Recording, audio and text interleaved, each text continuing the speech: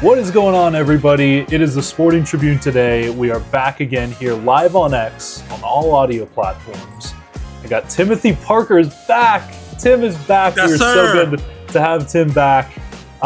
And we have David Bloom yet again. Good to see him again. It's just us three tonight. We still have some good amount of things to talk about. The Dodgers, LeBron, NFL training camp is among us. It feels like it just kind of crept up on us. Hey, the NFL is starting soon. What happened there? Yeah. But there was a Dodgers-Phillies series in Philadelphia. There was the All-Star game in Philadelphia. There was the Home Run Derby in Philadelphia.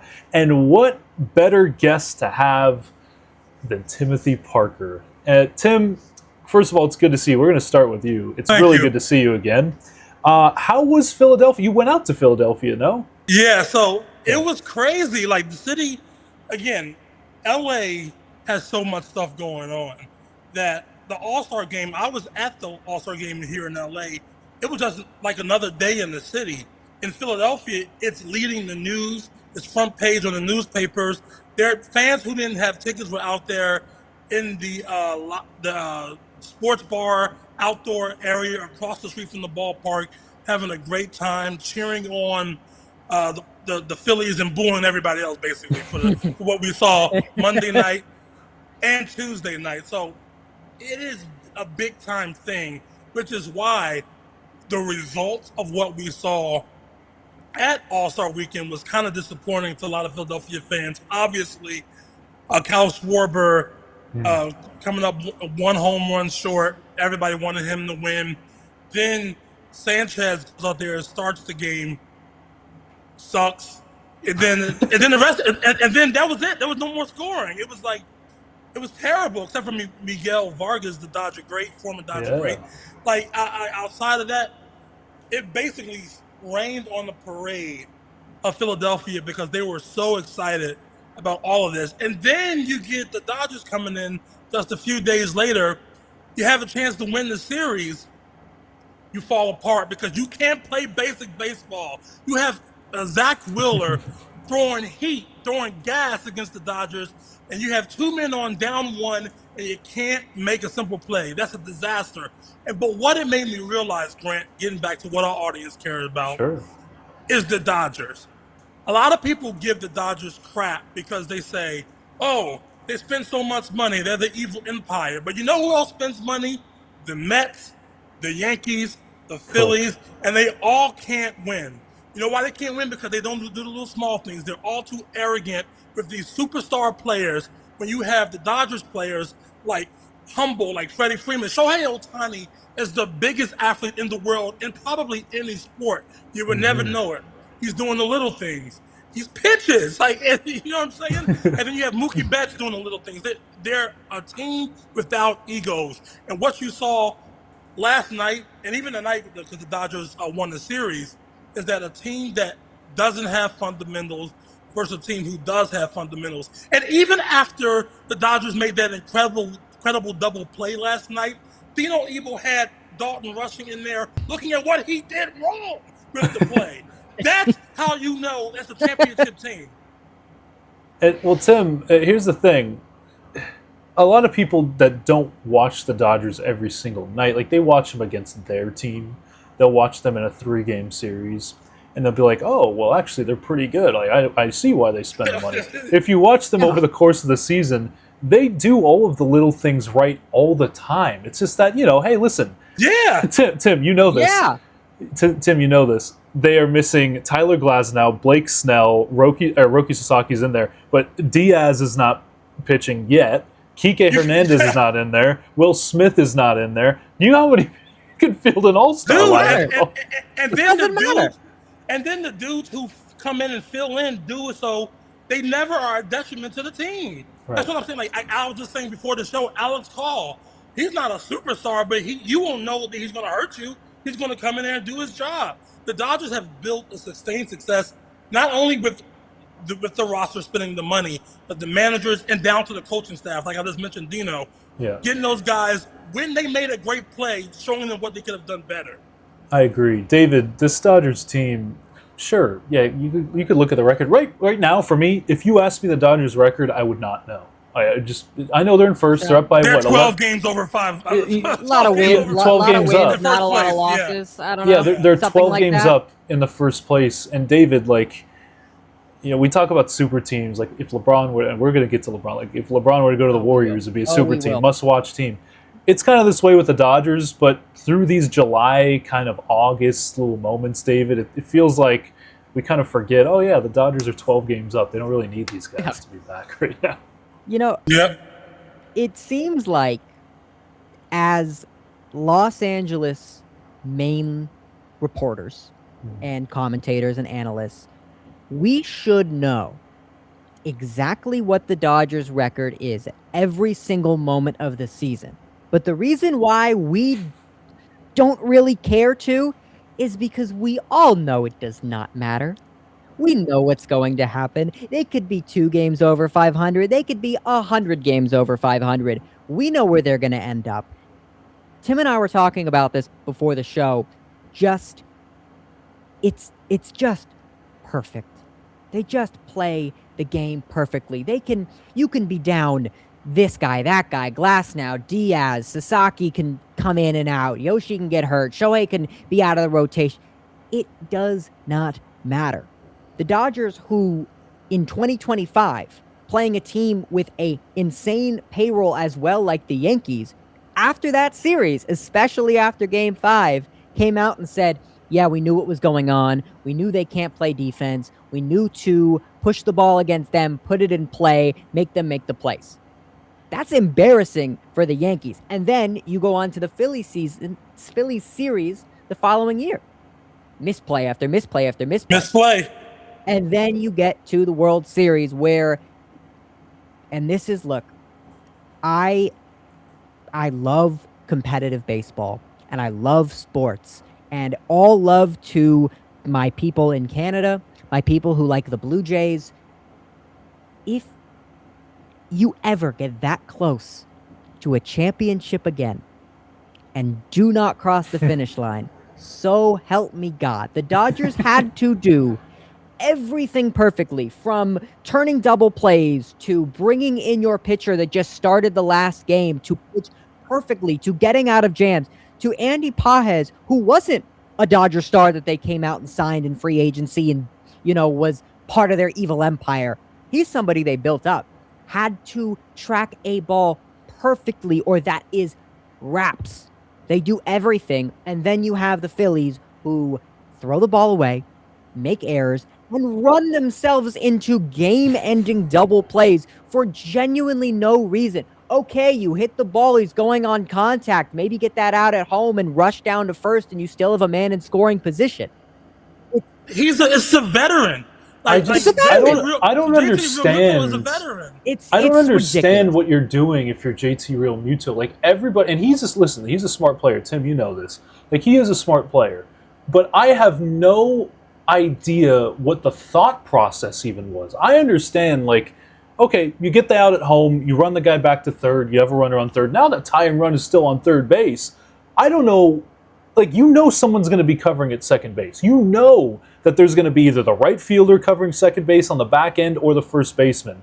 Somebody's going to be at second base. Why would you try to run back to... I don't understand the thought process here. It doesn't make sense. You're always taught to just stay on the back. Okay, you get one out, don't get two. At least you have one runner left. Did he think Crawford was going to get back to third and there had no chance? He gave up? No.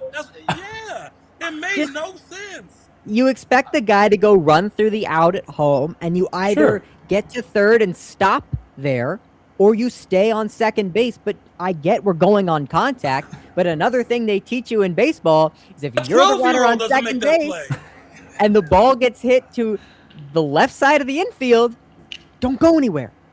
And don't run anywhere. This brings me to a broader point, Tim, of, like, I think right now in the National League, it is the Dodgers and the Brewers and everybody else. Because the Brewers are playing phenomenal baseball. They're kind of flying under the radar because it's not the big market team. Yeah. They did it last year, right? Sure. They were the number 1 seed last year. They swept the Dodgers in the regular season, and it amounted to nothing because they got swept in the NLCS. That's how they this work. year, a lot of people kind of feel like, oh, well, the Brewers, like, they learned from that last year. Now they're ready to compete with the Dodgers. Do you feel that way, Tim, when you look at kind of the hierarchy of the NL? Do you feel like it's like, do you give your Phillies a chance to make another run like they did in 22 or 23?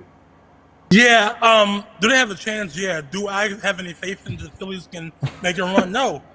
Like it's because of the little things. No, they also have a lot of roster holes too. They need a right-handed bat. The bullpen's not secure until you get to the closer, so you got to get to the closer, and then you only have 3 pitchers because you want to need a fourth starter. And Aaron Nola got lit up again tonight. He's been terrible. So they have a couple of roster holes, but the bigger issue than that they don't do the little things, as opposed to, like I said, the Dodgers. Now, Milwaukee. The big question for me with Milwaukee, first of all, I remember going to that series last year scared for the Dodgers. For some reason, we didn't necessarily, all of a sudden, because everybody kind of overlooked Milwaukee, but once that series got there, it was like, oh, maybe we shouldn't take them so lightly. And of what we expected to happen actually happened. The one thing that I think could be different this year is Miz. Can he show up? He didn't show up. If he's good, that at least gives Milwaukee a puncher's chance as opposed to last year. But it's still right now, it's the Dodgers, and unless like some other miracle team, I mean, like you the could Diamondbacks. You could say like Atlanta. Atlanta's in front of you guys, Sure. and it's like Okay, yeah, Atlanta's got the roster. and they've gone through their kind of rough stretches as well. They started off really hot, kind of cratered back to earth, which allowed the Phillies to kind of get back in the NL East race. They still now hold the lead in that division. The Padres are just looking awful at this point.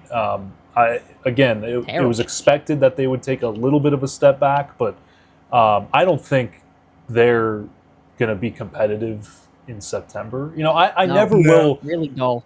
Yeah, listen, you can't count them out. That's what I said. Yeah. And you can see a wild card series in Game 5 that you back in LA. Any of these NL, like the Giants, the Diamondbacks, yeah. like any of these teams could go like 20-2 over the next like 4 weeks, and I'll be like, yep, saw that coming. That makes sense. Yep. Well, they have the roster for it. Right. They're constructed for it. It's on paper. It's just, are they going to disappoint or are they going to do it? And, to add a little bit on who is at the top of the NL and the Brewers, until Milwaukee takes a game in the World Series, I will never believe in them to go deep. I don't care if it's That's very fair. I know, and that's why I don't believe in them. I don't care if it's The Miz, who I think is incredible, because before it was The Miz, it was Woodruff, it was Burns, it was Peralta, it was Christian Yelich having an all-star season. It's this guy. You can throw a billion, and I respect the names that the Brewers have. You can throw all the names, everything. It does not mean anything to me because I have watched the Brewers for years, and I know exactly what to expect. So in my mind, when I say, okay, best teams of the NL, right? Okay, so you have the Dodgers, obviously. Then we can talk maybe Atlanta, Phillies, Atlanta. Maybe Chicago. I'll give get on a good stretch. Oh yeah, the Cubs, the Cubbies, of course. Maybe the Cards St. Louis, are playing pretty good baseball. Maybe exactly. I don't put Marlins, the Brewers on there. Miami. Forgot about Miami. Yeah, Miami is one of the hottest teams in the league right now. You know what? to give it a little shake of the head, like Come on, man. Miami baseball needs something. At first, I was going to poo-poo it, but then every time they went to the World Series, there was unexpected runs. Yes. And with like a cheap roster, they win the World Series and then implode the roster. So there you go. It is par for the course for the Marlins to be the one team to overtake the Dodgers. Yeah, it would be perfectly Marlins. So under the radar that they won a World Series that Miguel Cabrera has a ring. Yeah. I forgot about that because exactly. Because when he was with Detroit, I was like, wait a second. He had a Hall of Fame career in Detroit and never got a ring. But he got one. He got a ring. Man, or whatever. Dude, he was thin. He was skinny. Yeah, he was a dog in that series. He was great in that. He was good for that Marlins team. Yeah, that was a really fun team to watch. I remember that team. They had Beckett. Did they have Burnett at the time? Burnett was maybe 97. I think he was the 97 team.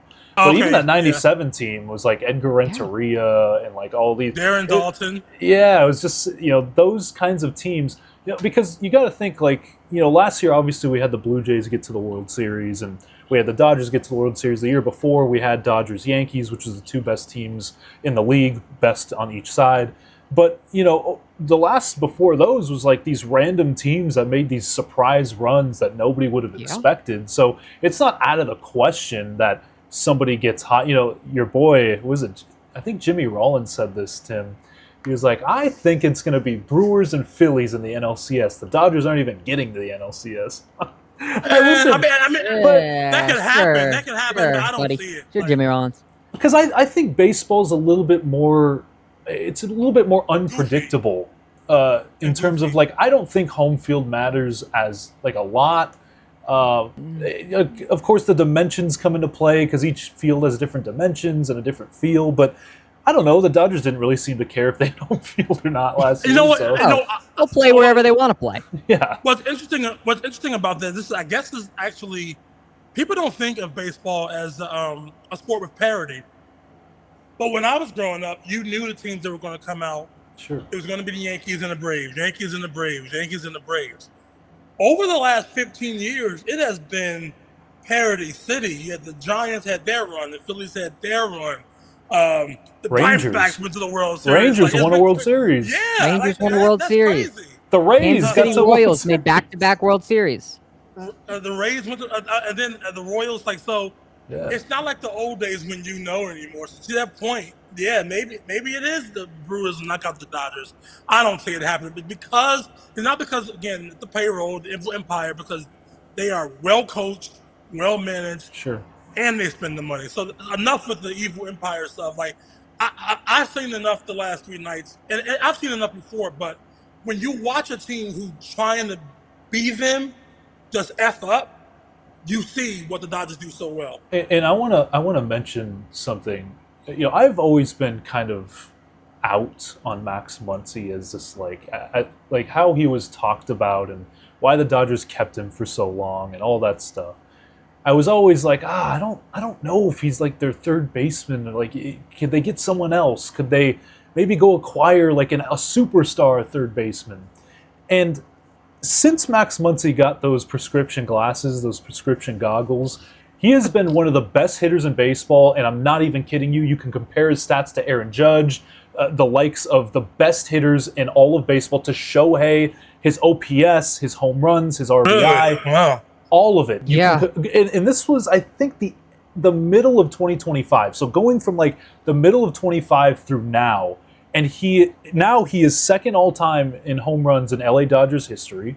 He is obviously a playoff legend for the Dodgers. He's made so many big plays. He's had so many big hits for the Dodgers, and it gets me wondering when we look back on Max Muncy's career as a Dodger, because remember, this goes all the way back to 2017, 2018. Remember, he hit that walk-off home run against the Red Sox in the 18th inning and all these different things. And going from that through winning multiple World Series now to being a crucial part of these winning teams in 24 and 25. And now this year, he was an all-star this year. How will we look back on Max Muncy as a Dodger? Will he get his jersey retired? Will he be that kind of guy that you think of as one of the best Dodgers of all time? Because you look at his numbers and it's well, guys, he could be one of the best Dodgers in their history with the power numbers, with the winning, with just what he meant to this clubhouse. Grant, am I tripping there? You're right. I think he was go ahead. Go ahead, David. Grant, you are exactly right. He just does it under the radar. Yeah. And that's the only reason why he isn't on the cover of magazines or up on these advertisements or posters since he got those glasses. Genuinely. You can go look this up. The numbers are ridiculous. He is as clutch as ever. He's a left-handed hitter. You can play at first base, at third base. He knows how to command the strike zone. He can hit the ball from anywhere to anywhere. It's ridiculous. 13 will go up in the rafters. I mean, he's so good, even the other Max Muncy's playing good. That's how good he is. Yeah. He deserves, like many Dodgers, as they have done so good, and they have had so many incredible players help them and be on their roster through all these runs. if anyone deserves to go up in the rafters, sure, you're going to put 50 up there. You're going to put 16 up there, 5 up there, 17 up there, even 18 up there probably when it's all said and done. 13 should go up there more than any of those guys because not only has he been the Dodger, he has given you everything you could need in all the clutch moments, all the clutch hits, the home runs, back when he was telling guys to go get the ball out of the bay, out of the cove, out of the water. It's for a team, and this is true for a lot of different teams when you buy your roster, right? The Phillies, the Mets, even the Yanks, the Dodgers, when you have guys that you build, and you have guys that are innate to your team, and the Dodgers now, Robleski, Pages, it feels better when they succeed because it's like, these guys got us over the hump, but you were the core. And that is what Max Muncy is to the Dodgers. And if that doesn't go up in the rafters, Tim, what does? I was going to say, like, he was very much Justin Turner-ish until these last 2 championships. And how, remember, like, last year, I believe he got hurt, and we were like, oh, what are the Dodgers going to do? And then when he came back, how important he was to stabilize the lineup. He's the bridge between the superstars and the bottom of that lineup. And so national people will never give him his respect because he's not a sexy name, and he doesn't have gaudy numbers, but he shows up when the Dodgers need him, and he's done that ever since he's been here. And for that reason, that's a tough call about if his jerseys to be retired. Because the Dodgers, it is tough. It's Jackie. I'm putting it up there. Jackie Robinson's franchise. You know what I'm saying? Like, is Eric Karros' number up there?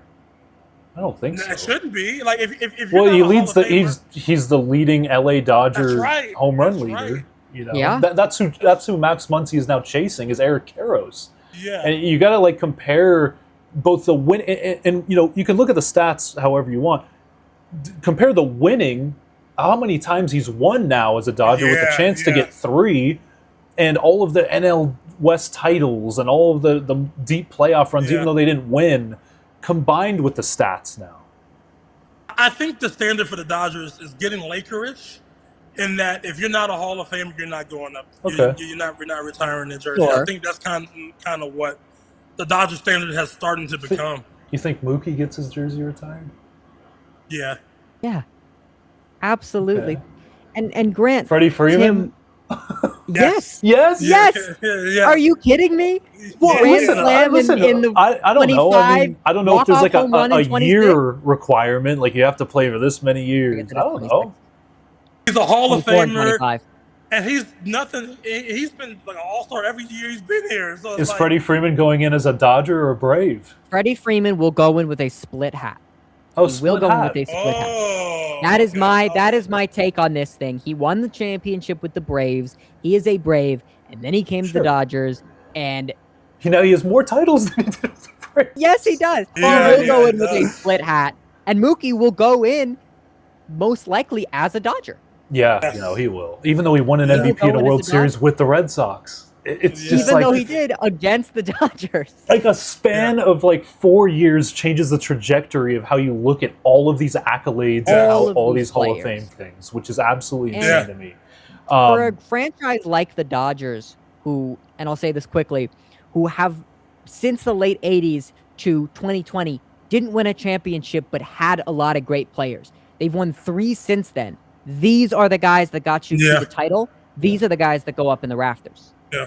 All right, guys. We'll be right back here on the Sporting Tribune today.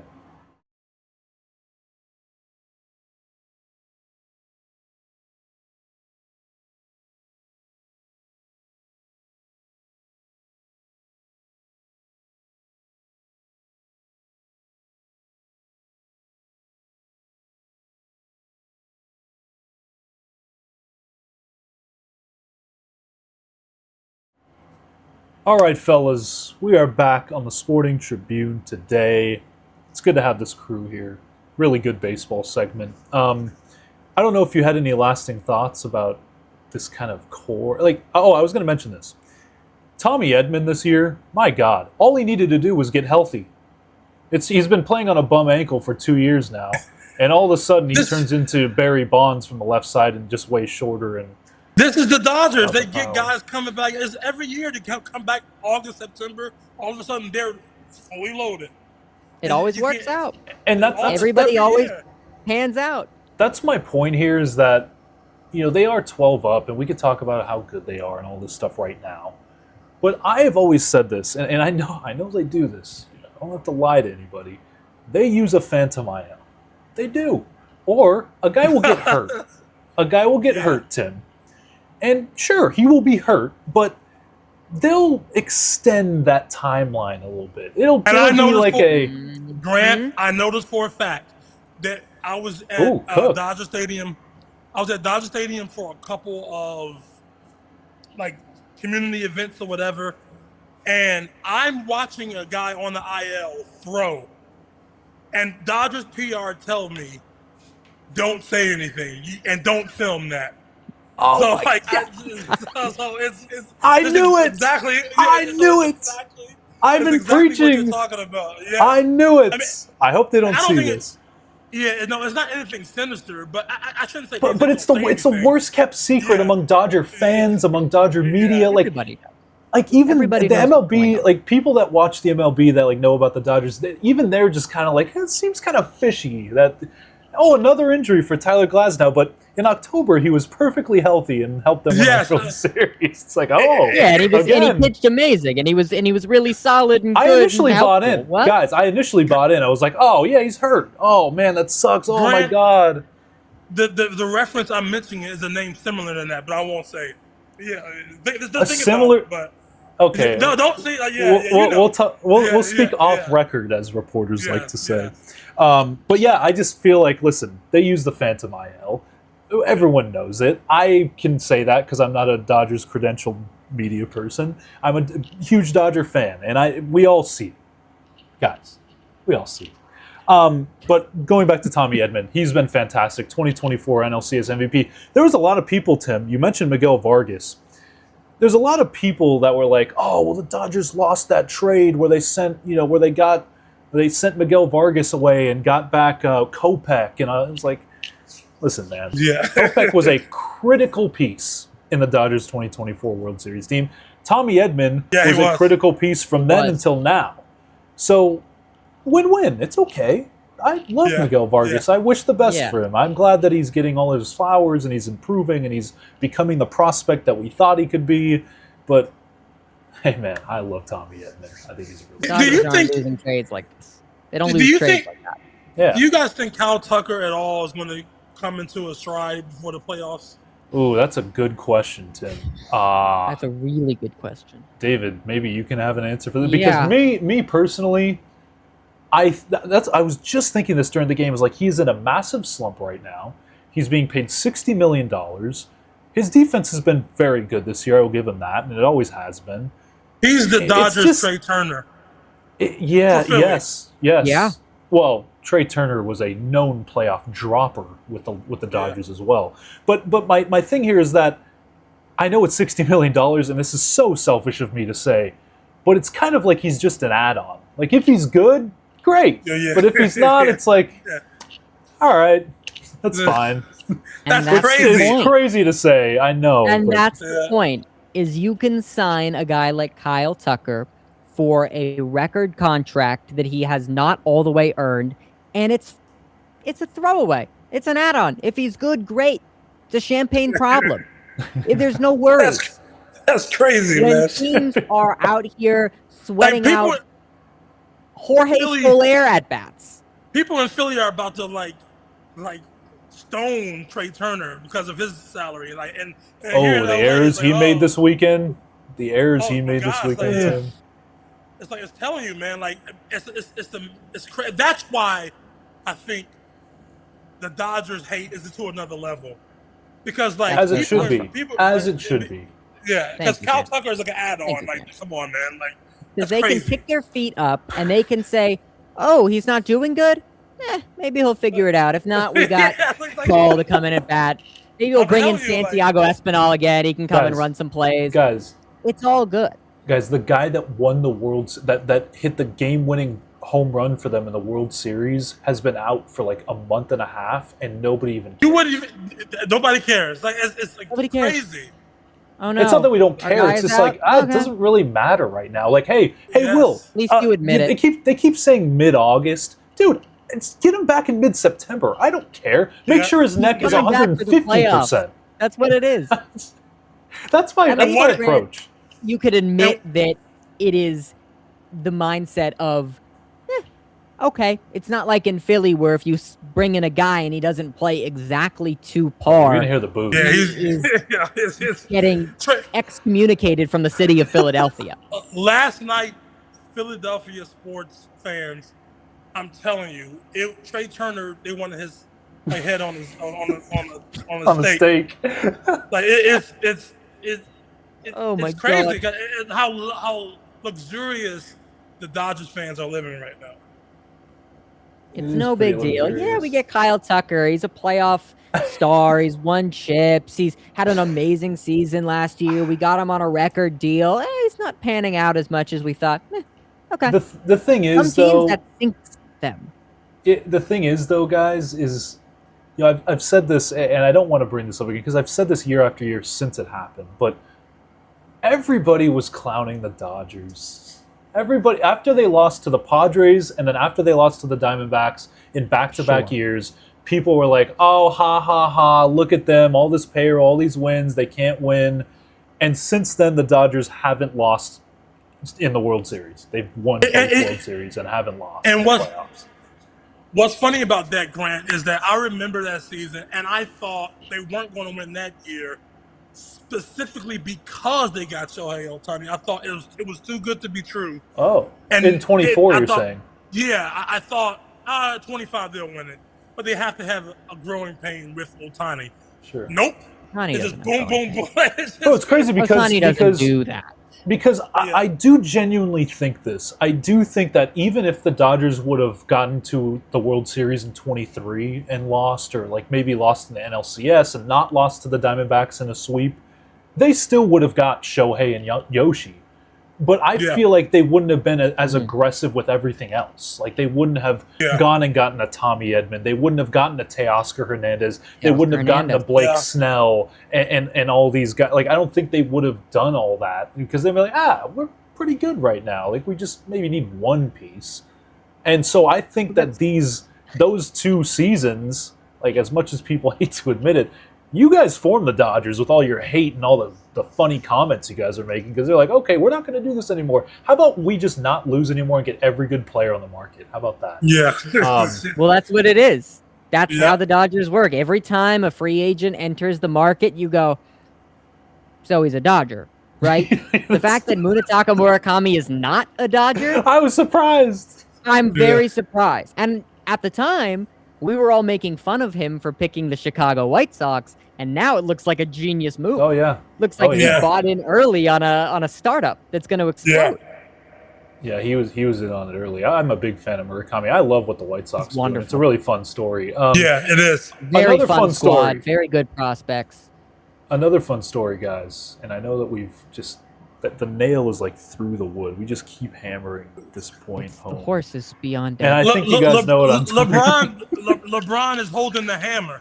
LeBron and Clutch Tim are holding this hammer, and we have no idea where he's going. We have zero idea. Anybody that thinks they have an idea, Tim, is he going to your Sixers? I feel like nobody's talking about him to the Sixers anymore. Because he's not going to the Sixers. Okay, I need your thoughts because we haven't heard from you in a while. I need your Tim, we need this your from you. expert thoughts. Read the tea leaves. It's about his family.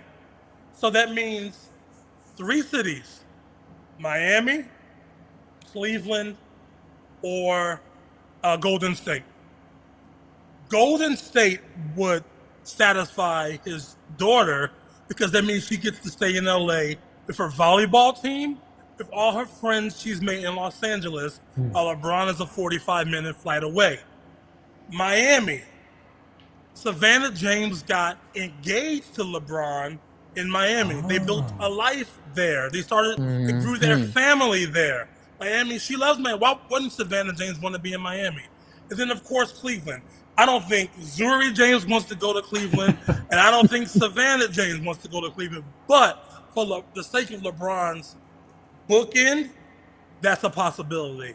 But a lot of people are saying also that he's waiting for one more shoe to drop. Yes. Somebody to go out there and make a ridiculous move to appease him. Somebody to go out to get Kyrie. The Sixers can't do that. The Sixers can't get Kyrie. Oh, they don't need that though. Yeah, No, they're fine right now. So Cleveland, I heard people. Somebody said something about they're going to get rid of James Harden. No, do you know who that was? I was just going to bring. Yeah, that you know who said that one? Yeah, who was that? Yeah, it was Markieff Morris. Oh yeah, so like Markieff Morris just tweeted Morris. out of nowhere. By the way, great guy. Met him in Vegas at Summer League. Awesome guy. Him and his brother, really Philly cool guy. Yeah, both Yeah. Philly. They're awesome Both Philly dudes. guys.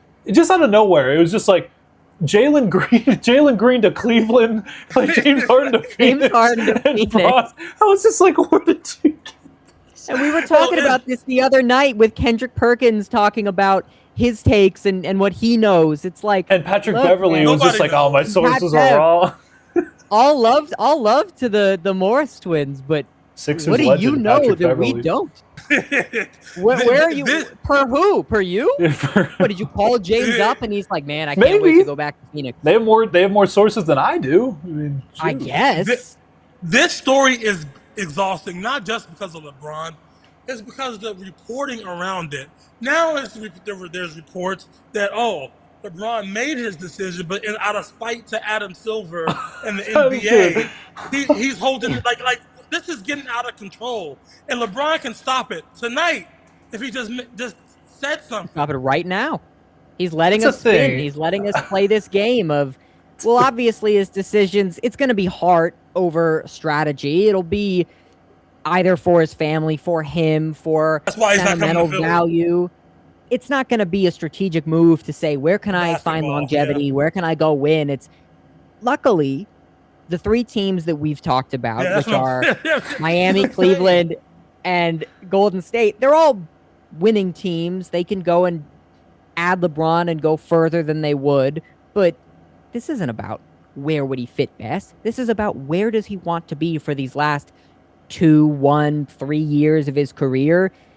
And there are so many things in the NBA that need to drop right now, so many shoes that need to drop, that maybe he's waiting on if this Kawhi deal goes through. He'll sign in 3 What? years, probably. Maybe he's waiting on, what happens He's what waiting happens on with Benedict Kyrie? Mathurin to make his decision with the Clippers. That before he- is exactly Absolutely. what he is waiting. He's waiting to see where Peyton Watson goes. Yeah. And then he'll figure out, based on that, what he wants to Who do has with his cap career. space? Yeah. Yeah. What happens with Cam Johnson? Well, here's and that's true. Well, listen, the Nuggets have their own issues to work with, David. Yeah, But, they but gotta here's figure that another one out. thing. Here's another thing that happened. So there was the Markieff Morris thing. There was this report that I just showed where Kevin O'Connor said that he's slow playing a decision for AD or Kyrie, which I don't really buy into. I don't really think that. Maybe, listen, I don't know. Nobody knows at this point. But there's also this other thing, and you guys have definitely seen this on social media. The Miami Heat had a little bit of a social media blunder. Jeez. yes. And listen, I don't know. So here's the thing, because I deal with YouTube Studio and YouTube all the time. It is very easy to misclick and do like unlisted or Yeah. private instead of Yeah. not visible or something like that. It Yeah. is. And It's you really, really and weird. You can also schedule things ahead of time and not have them visible, and then sometimes you click something and it goes. You have to prep on YouTube sometimes, especially if you are a team social media team. You set these things up in advance just in the case that something happens, because you always have to be prepared. That date was very specific, though. That's the Monday, thing. Okay. July 27th? So that's what I'm kind of Come getting on, to is man. that while that is the case, while all this YouTube stuff that I just talked about is still the case, the fact that it was very specifically July 27th, very specifically had the description in there.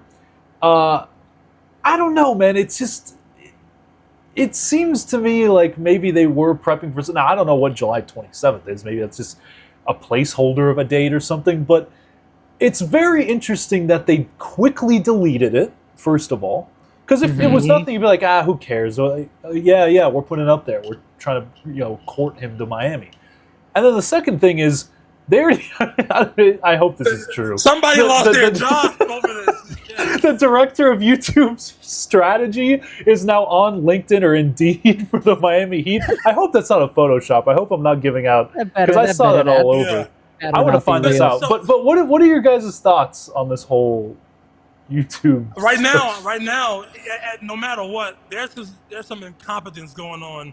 Well, you know what? I'm not going to say anything because my friend is the digital producer over there. So I can't. No, I can't listen. They're probably saying the same thing. No. Yeah. Yeah. So actually, my friend probably was the one who posted that new job today. So let me say that. But I don't know. But to me, this is either LeBron is going to Miami or this may have hurt them. I don't know. Do you think so? I don't know. At this point, nothing matters. Yeah, At this point, everything means nothing. It's like at the end of a date, and you're like, "Am I going to see you again?" And she's like, "Yeah." Yeah. And that's pretty bad. Actually, what do you? Yeah. Yes. You said yes, but no. But I didn't. The vibe is no, but nothing means anything. It's all these little breadcrumbs. When he signs wherever he does, the response will be, "Yeah, I figured. Yeah, I thought so." Unless he goes to the Orlando Magic or something, we'll go. No, I disagree. Because if he comes to Philly, I'll be shocked. I would be shocked if he comes to Philly, Tim. You're right. I would be shocked too. Because everyone keeps saying oh, it's only 3. It's the East teams he's leaning towards, and it's Cleveland, Philly, and Miami, and those are the top 3 right now. You don't think so? Golden State is in play because of his love for Steph Curry, and again, his family. If it wasn't for his family, then we're talking about Philly, Cleveland. And that's probably it. But because of Savannah and Zuri, I think the Golden State thing is really in play because it's a 45-minute flight on a PJ. It is. It's very close to LA. He doesn't even have to live in the Bay. Now, he probably will get a place in the Bay, but he doesn't have to live there. And the team, I think, will be pretty good. And, Rich Paul and Max Kellerman talked about this on their pod that they did earlier today on Wednesday, and they're basically saying they would be. We've never had 2 faces of the league come together and play in the same team. It's always been, we're going to put them against each other, or they're in different conferences, or they're on different teams. The fact that 2 guys that have defined an era or a generation are going to be on the same team while they're actually still very good basketball players would be like the Beatles reincarnated again. It would be like it would be worse than the Beatles. It would be like if the Dream Team was in the NBA. That's what it would be like. And that factor alone, that LeBron would love that. Now, Steph is not really that type of guy where he's like, I want to be in the spotlight. I want all the attention. But still, we know it worked in the Olympics. We know that a guard and a forward like him would work very well. But just the star factor, everybody, I would dress up in a suit to Intuit Dome every night to go cover that game because everyone would be there. Right? Do it. You gotta look your best for that one. Yeah. Gotta make sure your hair's combed all nice. Yeah, listen, smell good to go to Intuit. Yeah, man. Well, I tried to already, but you look fantastic. Listen, thank you. There's some games in the middle I'm just like, I'm putting a sweatshirt on. There are going to be. I don't know if I've ever seen this. Is no disrespect. This is a fact. I've been to Intuit Dome many times, including the All-Star game. Yeah. I've never seen it full.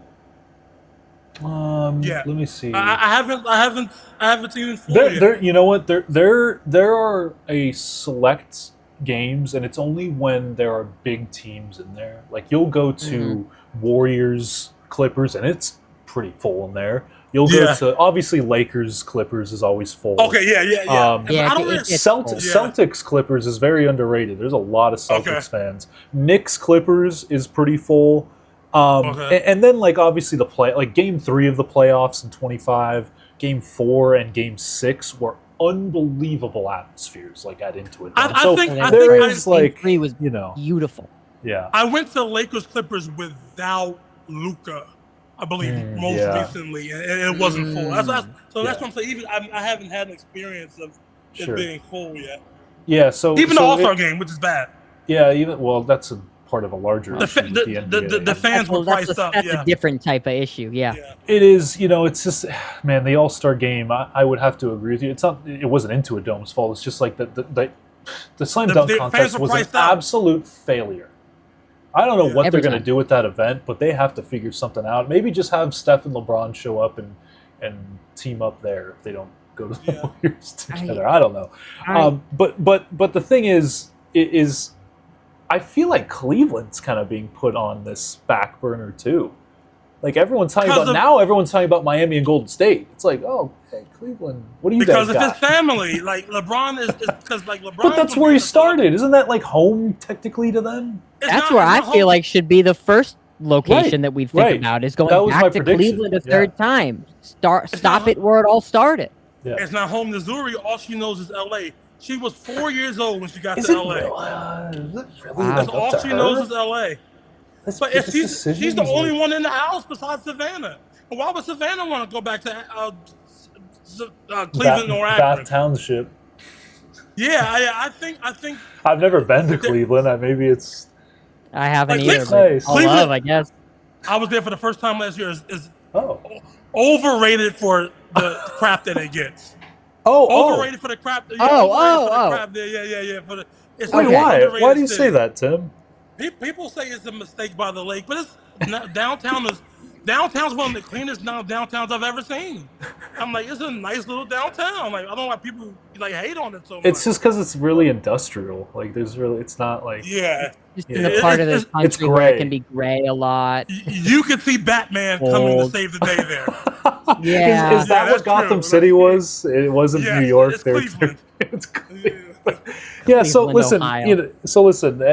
I do think that the top two are Cleveland and Golden State. I truly do believe that. I think Miami, there's a lot of smoke here, but there's been smoke from each team over the course of these past month and a half. It's nobody knows, and the more that this goes on, and the more this freaking aspiration case goes on, the more we're just going to get frustrated with the NBA and more frustrated with Adam Silver. Is Adam Silver waiting for the schedule for the aspiration case to? Is that going to change his scheduling? Come on, man. It's just ridiculous how long these things are taking. Yeah. And, for a league that is... Listen, I thought that the playoffs were pretty fun. I thought Spurs-Knicks was really fun. Yep, having this type of thing, listen, it's after Summer League. We're now in this after World Cup stage where LeBron's kind of handling the big news now. So, I don't know how much longer it takes, but I would have Cleveland and Golden State as my top two. Okay, in the post show, we're going to do a quick post show. Thank you guys for tuning in on the radio portion. Tim Parker, David Bloom, Grant Mona, thank you guys. We'll see you after the break. We have a quick post show. Stay tuned.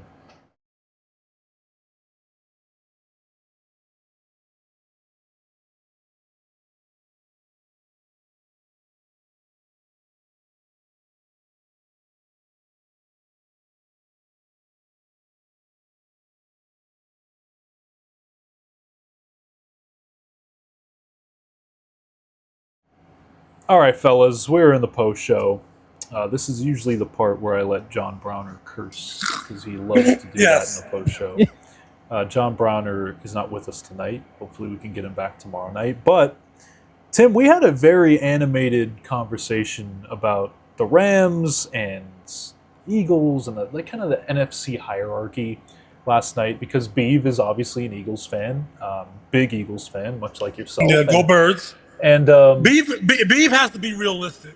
Go ahead. No, please. No, please. Beav has to be realistic. This Eagles team is not built to compete with the Rams. They struck out on Myles Garrett because we know they were trying to get Myles Garrett. They were, yes. They drafted Mekhi Lemon. We don't even know he can play, and then we lost AJ Brown. So what about that says we're better? Nothing. You know what I mean? That's I'm not. They should win the division, and they should go compete because the NFL you never know. But to realistically say the Rams are anywhere, the Eagles are anywhere at the top of the NFC right now, you're kidding yourself. Now, Are they in the top 5 by default? Absolutely. Yeah, I was There's going to nobody say. Sure. there's nobody I'm scared of other than the Rams. They should win their division, right, Tim? Like, Yes. you know, Yes, but the Cowboys are they're a good. team to watch.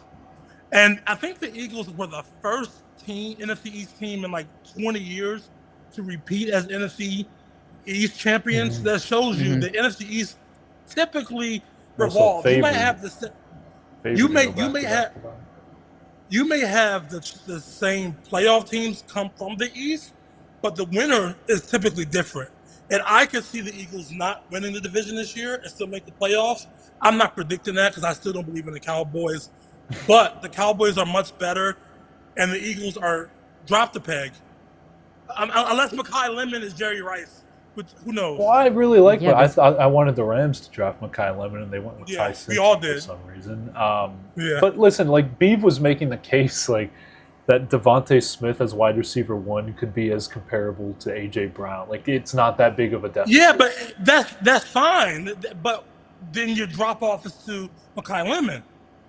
You see what I'm saying? It's You're not just putting a lot of Yeah. expectations on a rookie Yes. like that. You know. You want that rookie to hold that wide receiver 2 position on his shoulders when that was originally Devonta Smith's role, and he played that well. Yeah, and I You don't also know what Go that's ahead. going to be. I was Go going ahead, to say Grant. you don't know how that's go ahead, David. going to look. Tim, I agree with you in the way that the Eagles default are top 5. But compare this Eagles team to the Super Bowl losing Eagles team, to the Super Bowl winning Eagles team. What's better?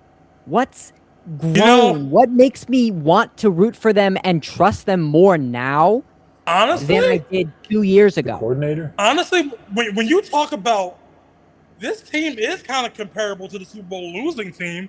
The thing that took him over the top was Saquon Barkley, Yeah. who had a down year.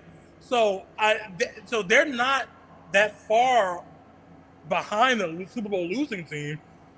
They're just not nowhere near the Super Bowl winning team. Mm-mm. It was Not at crazy. all. Like yeah. So They're not going to get into a Super Bowl and all of a sudden rout a AFC contender. Not this year. It's not going to happen.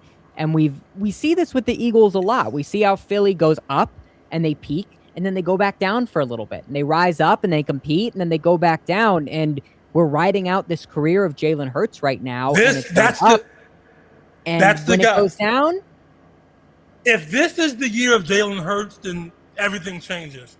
Because right now, What do you mean by that? The year of Jalen Hurts. We've been talking about Jalen Hurts, and everybody else, I feel, besides me and Beeve, disrespect him so much.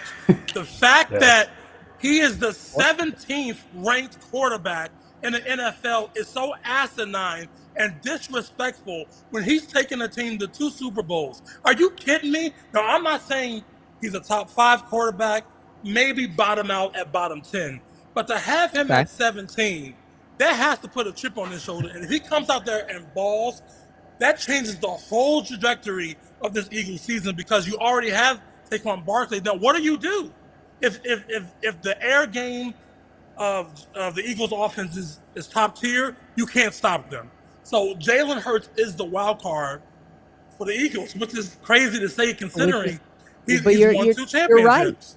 Well, Tim, too, the same way that Saquon Barkley had an unbelievable year and then had a down year, Jalen Hurts was the talk of the town, and then last year was not playing up to par and let this team down. So now you're back on the underrated side. It's not Jalen Hurts is the greatest thing in the world anymore. Now everybody is talking about how bad he is. So now you're playing from the basement again.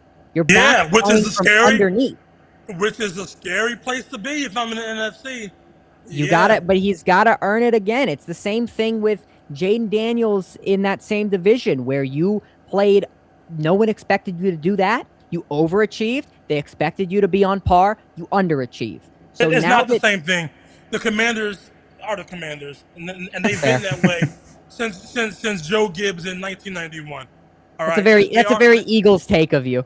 No, it's a fact. Like they had 1 year with RG3, they had 1 year with Jaden Daniels, and that's it. That's what they do. That's what they do. They're going to be third in the division, or maybe second and I like go the to be a draft. wild card team. Yeah, I mean, so I don't believe in the Commanders one bit. I do like Dan Quinn though. Dan Do you not Quinn. like Jaden Daniels? Are you just out on him? Yeah, Is this a biased take, or are you just genuinely out? No, there's it's always very- a little bias in the NFC battles. But it's very RG3-ish. It's very RG3-ish. Well, Okay. Jaden Daniels didn't tear Yeah. his ACL. He just broke his elbow. So I hope he's Okay. Well, we'll see. Didn't look good, but he still broke his elbow. And they're going to have Brandon Ayuk, who keeps going on social media and saying that he wants to go to the Commanders for some reason. They don't want him. Yeah. Yeah. But okay, Tim, I want to ask you this because we're kind of going down like the hierarchy of the NFC. Like, okay, where do the Seahawks fit in this? Did they take a step back? The Niners. I almost forgot about the Seahawks. Right. So okay, Remember they won the championship last year? yeah. Remember that? 2 months Mention ago. that. Yeah. God, I hate that they won the Super Bowl. Anyways, okay, so we know that the Rams are definitely at the top of the list. But for you, like, where do you have like 2 through 5? It's kind of because the reason I bring this up is because I was talking with John and Beav, and I think David, you were in on this too, where I was saying like these Seahawks players and coaches are acting like, you know, the Rams are nothing. Like, who cares? Lace them up. It's just another team. Who cares who they got? I don't care who they're gonna get. And I'm thinking, like, really, guys? Really? Are you confidence?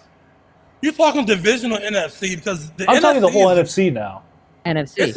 It's a mess because like I don't believe in the Packers, the is it? Lions. Mm-mm. You talk about the Eagles, like, and then you got Carolina in the South, and then Then you got the Bears. Okay, the Bears. Maybe the Bears are the team who I would say that's good. You can lock them in as being As a top two. 5 team. Yeah, you can. You're like the Bears. You're in on the Bears. Yeah. Okay. I'm in on the Bears, basically Me too. defensively and offensively. With Caleb Williams, going to get him some. I like the Bears still, Me too. which is surprising because the Lions and Packers are still there. So yeah, I like the Bears. And then, like, you go to the East, and I think the Eagles and the Cowboys could both be playoff teams, but that means that one NFC West team is probably going to be out of the 3, and then you go to the NFC South, and it's like the Panthers have got better, and then you still have the Bucks, who still have Baker, and I got a bold take. I got a hot take. Saints? No. Don't say Saints. Seahawks. The Seahawks will not make the playoffs. Oh! That's not hot. Seahawks Yeah! I hope it comes true. Okay. But don't be too excited, Grant, because it comes at the expense because the 49ers will be in the playoffs. Oh, God. They're not going anywhere.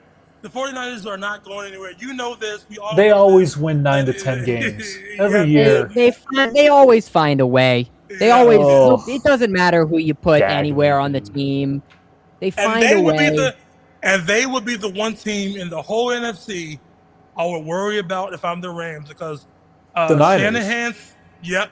Because they know the Rams. McVay has been taking his lunch money for the last 5 years. And if there's one time to get revenge in the NFC Championship game or division game, if it's Rams 49ers, that would scare the bejesus out of me if I'm this gigantic gauntlet of a Rams team. I think anybody. Yeah, I wouldn't worry if I were the Rams about the Niners. Okay. I'd worry I would. maybe All right. about a I hot worry every Bears time. team. David, every time. Listen, I am the biggest Rams fan in the world. I've been following the Rams since the early 2000s. When I was a little kid, I had a Tory Holt fathead when they were still in St. Louis in my room. Wow, that's respect. Commitment. Yes, so I've been there in the St. Louis days and now. So I have been terrified of the Niners, even when they had a bad team. I don't care what their record is. If the Niners are playing the Rams at SoFi or even in Santa Clara, I think it's going to be a close game. I don't care who's on the other. They played with the skeleton squad and still beat the Rams. Even last year, you go back to last year when they won in overtime or whatever. They shouldn't have won that game, and they did. So, Tim, you're right. Like, it could be them. I just think like all 3 of those teams are going to be good. I think Seattle's going to be good again. Not like Seattle will be there. They'll be present. They won't be world beating, but they'll be present. I think that for the Rams, I mean, Grant, as much as the Niners, we all have those teams that scare us. I mean, the Super Bowl year was the biggest hurdle where you had them in the NFC Championship game, and it was like, oh, God, Down by here are the 10. Rams. 49ers should have won. Down by 10. Here are the man. Niners again and again and again, Yeah. and finally got over that hump. So now I Yep. feel like, to me, as much as I understand what it is to be a fan of a team and see another team, no matter what, they're going to beat us. It's like the Clippers and the New Orleans Pelicans. I think the Rams are just too good. I think they're genuinely too good. And I say that from a very optimistic point of view. I think you have Rams. I think the Bears will be hot. I think the Seahawks they'll be in play. They'll find their way in there. They've got a great defense. Sure, they lost their running back, but they're going to be fine. You know, they still have Jackson Smith. They still have, I can't believe I'm saying this, but they still have Sam Darnold behind the helm. Yeah, Super Bowl champion Sam Darnold. I can't believe I'm saying that with a straight face, and this is a real show, and we're talking about Sam Darnold, Super Bowl winning He's the reason why they're quarterback. not going to be in the playoffs this year. He's come down to earth a Oh. little bit. Oh, Yeah, You don't think he's going to have some extra juice now, Tim? Still? I'm a Super Bowl champion. I can take on anybody. Tim wants the Super Bowl hangover for them. Well, usually teams that win the Super Bowl don't have the hangover. It's the team that loses. But in this case, I didn't believe in them before, and I don't believe in them now. Especially, I still believe in the 49ers because I believe in the coach. I believe in Shanahan. I believe in McVay. They're better. Okay. I would not be so quick to write the Seahawks off just based on the fact that they were able to command their run to the Super Bowl with their defense, and their offense was just carried in tow. Now the By the Rams. way, remember, if it wasn't for the Rams, they would have been a wild card team. That's true. You know what I'm saying? That's pump the brakes. This isn't like the greatest show on turf we're talking about. You know what I mean? They're a couple of losses away from being like an average team. I just want this my And also, Okay. how about the feel you. AFC? Dude, we didn't even talk about the AFC. Just quickly, do you guys believe in the Patriots again? No. You don't? Wow, you guys are really. Patriots they got got there. AJ Brown. Bo Nix got hurt. And I truly He did. believe that Denver would have won that game if Bo Nix was healthy. They won it. The Patriots won that game. I can't believe the Patriots even got to the Super Bowl in the first place, David. It's crazy. The Chargers got should have to beat the- them. If they had any Yes, they should have. if they had any offensive line, they would have beaten them. They got to At the all. Super Bowl and they got embarrassed, Tim. They absolutely got destroyed as they should have. I think that in the AFC, obviously, if we can get a healthy Mahomes and that, never count out the Chiefs, blah, blah, blah, whatever. The Bills are winning that division. The Bills will win that division. The Bills will do nothing in the playoffs like they always do. I like Denver. And by the way, at some point, I thought this was the year. Because I thought my Super Bowl prediction was last year was Bills Rams. I thought the Rams would beat the Eagles. Me too. In the NFC Championship game. At some point, Josh Allen has to break through, right? I guess I'm gonna pick the Bills. No, to go Does to the Super Bowl he? every Dan year, Marino never did. But at least he got to one. Tale as old as time. We all At least he expect did He get got to to one. one. Yeah. he did it. Yeah. Is he just See, I'm Jim not. Kelly? I will never put the Bills in my Super Bowl prediction because I know exactly what I'm going to watch every single year. Yeah, so finally, it's the not the Bills Chiefs are the anymore. Brewers to you, David? They're just the Brewers. Bills, the Buffalo Bills are the Milwaukee Brewers of the NFL. They will always show up in That's the a regular wild take. season. They will give you everything you need. They will be out of nowhere surprises. What a wonderful fan base. Oh my God, what a heartfelt story. They'll get where they need to go, and they will blow it every single time. They have been cursed since they lost 4 in a row, and Bills fans love to Josh Allen, but it's the truth. I mean, I can give you years and years of evidence to back this exact thing up. Who will get to the Super Bowl first? The answer could be neither. But who would you have go to the Super Bowl first? Lamar Jackson or Josh Allen? Josh Allen. Me too. Yeah. The technology. I mean, Lamar and the Ravens. I mean, the Ravens have gotten over the hump when it comes to winning, but Lamar specifically, it's the same kind of thing with Josh Allen. Great regular season, MVP numbers, unbelievable player. You get into the postseason, it goes away. It's the North same is thing gonna with be Josh crazy, Allen. By the way, the AFC North, it's just going to be. Oh crazy. yeah. Oh Like, my god! like the Bengals got better defensively. They added some really good pieces. Joe I want a Burrow's going to be healthy healthy. season. Jamar Chase is going to be Give me healthy. a healthy Burrow and Chase and Higgins, please. And then you have the Ravens with a brand new head coach for the first time in a long time. My boy Shedeur. Should you have the Browns with Jared Verse? Oh my God! With Jared Verse and Shedeur Sanders at the helm. They don't even have And Njoku anymore. Njoku went to the Chargers. So hey, Harold Fann's nice. You have Harold old Fan man is very Rodgers. Nice. One more. Yeah. Oh man. Oh boy. That's a tough division. You know what? You know what's weird? We're not hearing a lot coming out of Cleveland. That's going to be an interesting camp because I don't think Shedeur is necessarily I don't know where he is in the depth chart, but I don't know what the hell is going on. I think they were talking about Deshaun Watson. Me either. I don't think they know either. Yeah, I don't know. They weren't expecting for Shedeur to be their quarterback. I mean, they like him so much they gave him his old number back. And they made a big deal out of it. Who? Oh no. Every start. No, okay. I know we don't care about soccer on this show, but the World Cup helped us survive. Because Grant, at the top of the show, you were talking about how that training camp snuck up on us. Yeah. And it snuck up on us because of the world. It would have been absolutely dead. Oh, it would have been around just baseball. Oh, we would have been in agony if we didn't have the World Cup to pay attention to. So that's why, for the first time, the NFL took a backseat to something in America. Well, when free agency and the trades opened, it was like this unbelievable whirlwind of moves. Yeah. And then since then, it's just been hey, Aaron Donald, maybe? That's all we got. Who knows? So all right, guys. We'll get into football, obviously, as the weeks go on, but this was an awesome show. It's coming right along. You guys are the best. David, awesome stuff. Tim, really good to have you back, man. Good to see you. We'll be back tomorrow at some point. We will be live. I will make sure I will let you know on my Twitter and all that stuff. My name is Grant Mona. Thank you guys for watching, for tuning in. We'll see you in the next one.